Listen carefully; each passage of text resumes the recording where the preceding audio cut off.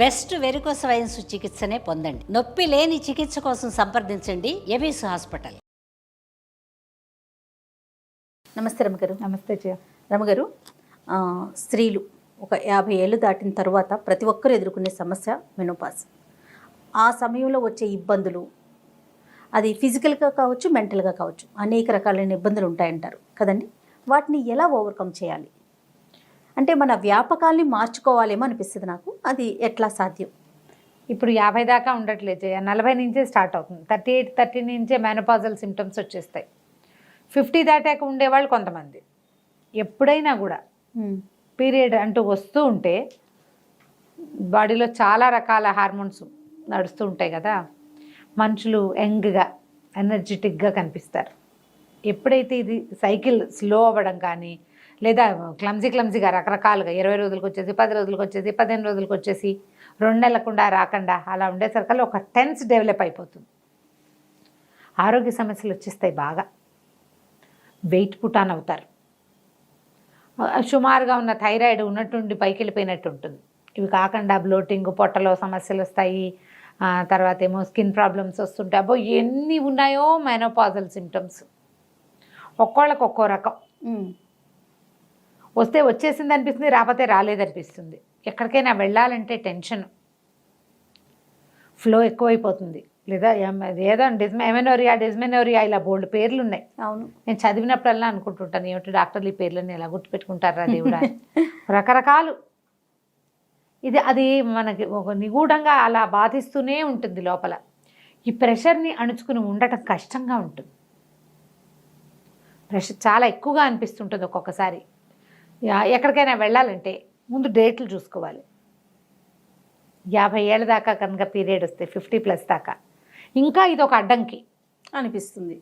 ఎక్కడికైనా పోనీ రావట్లేదు, ఆగటం మొదలుపెట్టింది అనుకో, ఎక్కడికి వెళ్ళాలని అక్కడికి వెళ్ళాక వచ్చేస్తుందేమో అని టెన్షన్.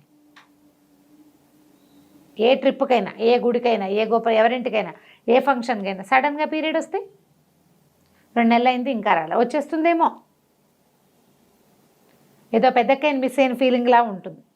రాకపోతే రాలేదు, ఇంకా రాలేదు. మధ్యలో పెళ్ళిళ్ళు వస్తాయి, పేరెంటాలు వస్తాయి, ఏమిటో వస్తాయి. మనమే ఎక్కడికైనా వెళ్ళాల్సి వస్తుంది. ఆఫీస్ డ్యూటీస్ ఉంటాయి, ఆఫీస్ కాల్స్ చాలా ఉంటాయి కదా, మరి ఉద్యోగస్తులు ఎక్కువ ఉంటున్నారు ఇవాళ. దీంతో పాటుగా ఈ మిస్ అయిపోతున్న భావన ఒకటి ఉంటుంది. దాంతోపాటు హాట్ ఫ్లెషెస్, శరీరంలో వచ్చే రకరకాల మార్పులు, బాడీ సాగ్ అయిపోయిన ఫీలింగు, హెయిర్ ఫాల్ వచ్చేస్తుంది, రకరకాలుగా హార్మోన్ బ్యాలెన్స్ తప్పిపోతూ ఉంటుంది కదా. లో కాల్షియం అయిపోతుంది, కాళ్ళ నొప్పులు, వేళ్ళ నొప్పులు, నిద్ర పట్టదు, మెలకు వచ్చేస్తుంది హాట్ ఫ్లెషెస్ తోటి, తోచదు. ఈ పరిస్థితిలో వీళ్ళు చచ్చిపోతుంటారు పక్కన ఆడవాళ్ళు. సరిగ్గా ఇది 40 నుంచి 50 లోపు, 50 ఏజ్లో ఉన్న వాళ్ళకి పిల్లల సెటిల్మెంట్లు, పిల్లల చదువులు, ఆడపిల్లల పెళ్ళిళ్ళు, మగపిల్లల సెటిల్మెంట్లు, అమ్మాయిల పురుళ్ళు, భర్తలు కూడా ఇప్పుడు వీళ్ళకంటే పెద్దవాళ్ళు అయి ఉంటారు కదా, వాళ్ళ తాలూకు ఏమంటారంటే పెద్దతనపు నడి వయసు ఇబ్బందులు, వాళ్ళ వల్ల వచ్చే ప్రెషర్లు, ఏమైనా ఆర్థికమైన సమస్యలు, చుట్టాల్లో ఏవో ప్రాబ్లమ్స్, అవన్నీ కలిసి ఈ మోయలేని బరువులాగా అసలే కుంగిపోతున్న వీళ్ళ నెత్తి మీద స్కైలాబ్ అది ఏదో పడుతుందనే వాళ్ళు మన చిన్నప్పుడు, అది వచ్చి వీళ్ళ నెత్తి మీద పడ్డట్టు ఉంటుంది. దీన్ని బ్యాలెన్స్ చేసుకోవడం ఎంత కష్టమో. లేచకపోదాం అనిపిస్తుంది, ఎప్పటికప్పుడు పారిపోవాలి ఇక్కడి నుంచి అనిపిస్తుంది. పారిపోయి అక్కడేం సుఖంగా ఉండదు, ఎంతసేపు దీని మీదే తాపత్రయంగా ఉంటుంది. ఇంట్లో ఉండలేరు, పడుకోలేరు, కూర్చోలేరు. ఏదైనా ఎక్సర్సైజ్ ఏదైనా చేద్దామంటే శరీరం సహకరించదు. వీటితో పాటు దిగులు, కుంగుబాటు. ఆ దిగులు ఎందుకో తెలీదు, ఆ కుంగుబాటు ఎందుకో అర్థం కాదు. ఇవాళ రేపు ఈ సమస్య విపరీతంగా ఉంది. నేను కూడా అందుకు మినహాయింపు కాదు. బ్రైట్గా ఉండి, యాక్టివ్గా ఉండి, రకరకాల పనులు చేసేసి అన్నీ తెలిసిన వాళ్ళు కూడా దీనికి దొరికిపోతారు. ఫ్యామిలీ సపోర్ట్ బాగా అవసరం చేయాలి. ఆడపిల్లలు ఉన్న వాళ్ళకి కొంచెం ప్లస్, కూతుళ్ళకి తల్లులు ఎదుర్కొంటున్న ఈ సమస్య ఏమిటో అర్థమవుతుంది. ఆడపిల్లలు లేకపోయినా, ఆడపిల్లల తల్లులు కానీ అత్తగారులు ఉన్నా భలే ప్రెషరు. మగపిల్లలకి ఏమి ఈ కష్టాన్ని చెప్పుకోలేం. ఈ హార్ట్ ఫ్లెషెస్, ఈ నిద్ర పట్టకపోవటము, ఈ తోచంతనము మగవాళ్ళకి అర్థం కావు, కానీ మొగుళ్ళకి అర్థం అవ్వాలి, మగ పిల్లలకు అర్థం కాదు. వాళ్ళ ఆ పరిస్థితులు చూడరు కాబట్టి. కానీ ముందు నుంచి మన తాలూకు పీరియడ్ సైకిల్, దాని ప్రెషర్లు మనం ఎంత అనుభవిస్తామో దాని ప్రభావానికి కొంత లోనై ఉంటారు కదా భర్తలు. వాళ్ళు అర్థం చేసుకుంటే, వాళ్ళు కొంచెం సపోర్ట్ చేస్తే, దాంతోపాటు మిమ్మల్ని మీరు బాగా సపోర్ట్ చేసుకుని ముందుకెళ్ళిపోతారు. చెప్పాలి, దీని మీద మాట్లాడండి.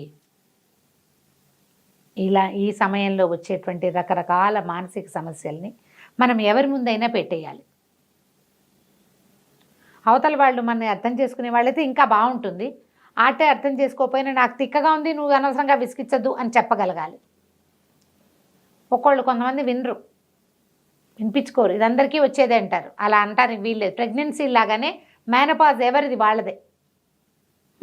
ఏ ప్రెగ్నెన్సీకి ఆ ప్రెగ్నెన్సీ లాగానే అవునవును, మెనపాజ్ కూడా ఖచ్చితంగా ఎవరి సిమ్టమ్స్ వాళ్ళవి.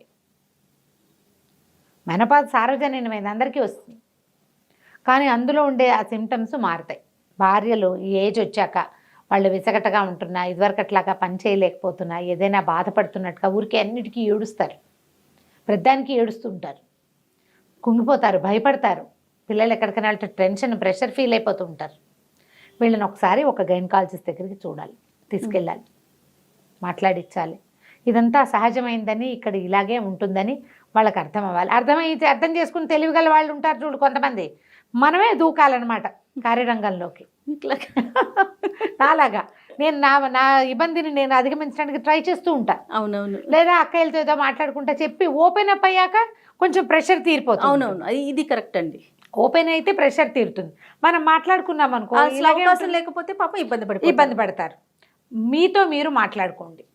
రైట్. అసలు ఏమిటి, నా సమస్య ఏంటి, నాకేం భయంగా ఉంది. దీంతో పాటుగా ఫెమినిటీని కోల్పోతున్నామన్న ఒక ఫీల్ లోపల ఉంటుంది. భర్తలతో తేడా వస్తుందని భయపడతారు. అది కూడా ఒక ప్రాబ్లం వస్తుంది కొంతమందికి. దీన్ని అధిగమించాలంటే ముందు మనని మనం యాక్టివ్గా ఉంచుకోవాలి, మోటివేటెడ్గా ఉంచుకోవాలి. మనకు మనమే మోటివేట్ చేసుకోవాలి ఎప్పుడు. ఏం లేదు, ఇదంతా సహజం, పెద్దకైనా మిస్ అవుతున్నామని కాదు అని అనుకోకూడదు. జాగ్రత్తగా చేయాలి. ఇప్పుడే మీకోసం మీరు తింటాం, మీకోసం మీరు నడవటం, ప్రజల కోసం, జనాల కోసం, వాళ్ళు ఎవరినో మెప్పించడానికి ఏం చేయొద్దు. మిమ్మల్ని మీరు మెప్పించుకోండి, శవాష్ అనుకుంటుండండి ఎప్పటికప్పుడు, నేను చాలా బాగా చేశాను. బలవంతంగా అయినా రోజుకు ఒక కొత్త పని పెట్టుకోండి. ఓపిక తెచ్చుకో. ట్రై చేస్తేనే, ఎందుకంటే ఈ సముద్రాన్ని ఒక్కసారి దాటేస్తే ఒక గంతులో దాటగలుగుతాం. లేకపోతే ఇది నెవర్ ఎండింగ్ ప్రాసెస్, అట్లా పొంగుతూనే ఉంటుంది. మీరు ఎప్పటికీ ఒక క్రిప్పుల్లాగా, పనికి మాలిన వాళ్ళలాగా మిగిలిపోతారు. అనారోగ్యం మిమ్మల్ని కుంగదీసేస్తుంది, వృద్ధాప్యం మిమ్మల్ని లాగేసుకుంటుంది, అందులోకి కూరుకుపోతారు. బురద అది, అందులోకి అడుగు పెట్టద్దు. ఆ బురదని తెలివిగా దాటేసేయండి. ఇది చాలా సహజమైంది. ఇది పోతుంది, హాయిగా ఉంటాము, ఈ గోల ఉండదు. 1-2 ఏళ్ళు మాత్రం చాలా ఇబ్బంది పెడుతుంది. ఎప్పుడు వస్తుందో తెలీదు, ఎలా వస్తుందో తెలీదు, ఎక్కడికైనా వెళ్తే వచ్చేస్తుందేమోనని భయం ఉంటుంది. ఎప్పుడు కాషియస్గా ఉండండి. వచ్చేస్తుంది ఏమైనా సరే. నేను మానేను, ఏది మాను, నేను ప్రయాణాలు మానుకోను, పెళ్ళిళ్ళు మానుకోను, ఫంక్షన్ ఏది దానికోసం మానేస్తే అది రాదు, ఇవి మానేస్తాము, దిగులు అయితే అవుతుంది. ఏమవుతుంది గడుదు కూడా, అప్పుడే అక్కడి నుంచి తిరిగి వచ్చేస్తా. ఈ తెగింపు కనుక వస్తే ఇదంతా మన అమ్మ మన అక్క అందరూ చూసిందే. అవును, ఏం కొత్తది కాదు.